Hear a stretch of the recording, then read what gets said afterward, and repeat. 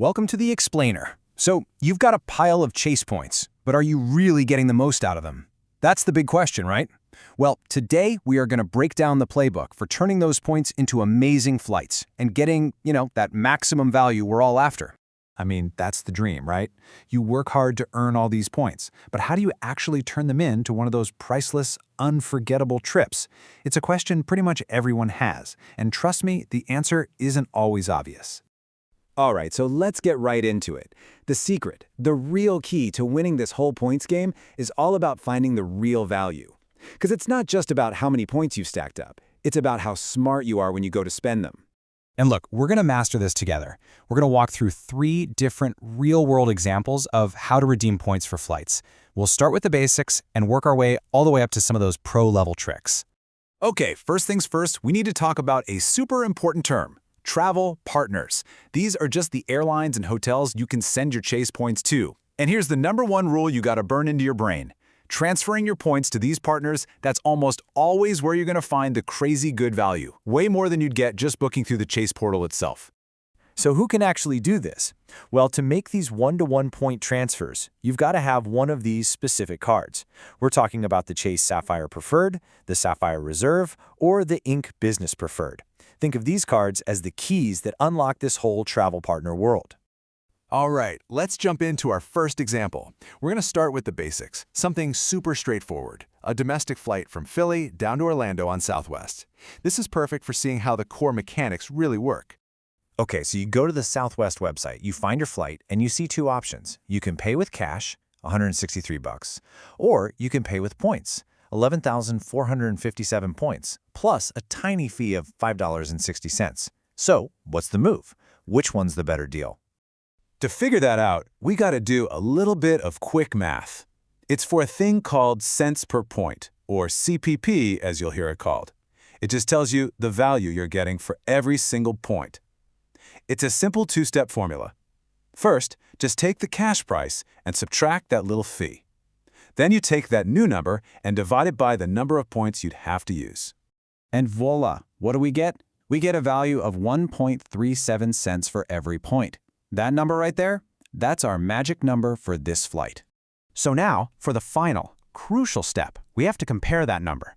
See, if you just used your Sapphire Preferred card to book through the Chase portal, you get a flat rate of 1.25 cents per point. But our transfer gets us 1.37. It's higher. So boom, we know transferring is the winning move here. Okay, so you've got the basics down. Now let's level up. Our second example is what I like to call the pro move. It's a trip from LA to Hawaii, and it's going to reveal a really important insider trick.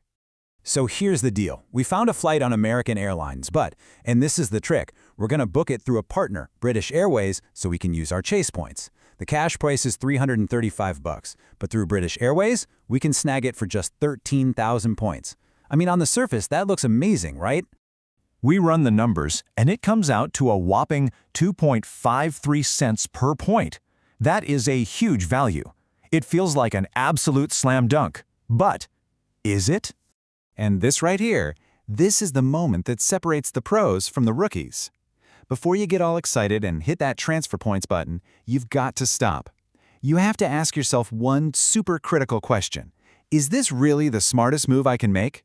Because here's the reality check. A super quick search on Google Flights for the same day shows a flight on United for just $185. That's $150 cheaper than the cash price of the flight we were about to use our points on. And this brings us to such a vital lesson, you guys. That high cents per point number, it means absolutely nothing if you could have just paid cash for a way cheaper ticket on another airline. You gotta check for cheaper cash options before you start celebrating your awesome redemption. All right, for our last example, we're going to talk about a trade-off. This one's a flight from New York City to Paris, and it's where the idea of value gets a little fuzzy.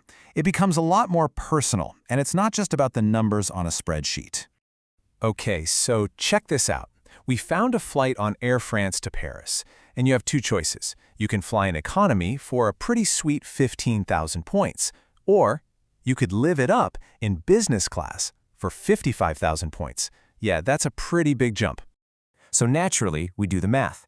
Economy gets you a really solid 2.21 cents per point. Not bad at all. But business class? Whoa. A massive 6.07 cents per point. I mean, if we're just looking at the math, business class is the clear winner, right? It's almost 3 times the value. But wait a minute. This is where you have to think about something called opportunity cost. The source we're looking at puts this perfectly. Yeah, the math is great, but what are you giving up to get it? That extra 40,000 points you'd spend on that comfy seat, well, that could cover almost 2 nights at a really nice Hyatt hotel right there in Paris. So the real question isn't which has better math. The real question is, what's more important to you? What else could you do with those 40,000 points you'd save? Is one super comfy 7-hour flight worth more than a regular flight plus 2 more nights in Paris? And honestly, there's no right or wrong answer to that. It's totally personal. All right, we've gone through a lot here, so let's pull all these lessons together into a final, super simple playbook that you can actually use for your next trip. Here it is, your 5-step checklist. Step 1, find the award flight you want. Step 2, find the cash price for that exact same flight. Step 3, the reality check. Hop on Google Flights and see if there are any cheaper alternatives you could just pay for. Step 4, do the quick math to get your cents per point value. And finally, step 5, compare that number to what you get in the Chase portal and make your call. If you do this every time, I promise you will always make a smart decision. Because at the end of the day, your points are your currency. The math is just a tool to help you think. The real question is, how do you want to spend them? Because the best value, that's always going to be the one that gets you the travel experience you're truly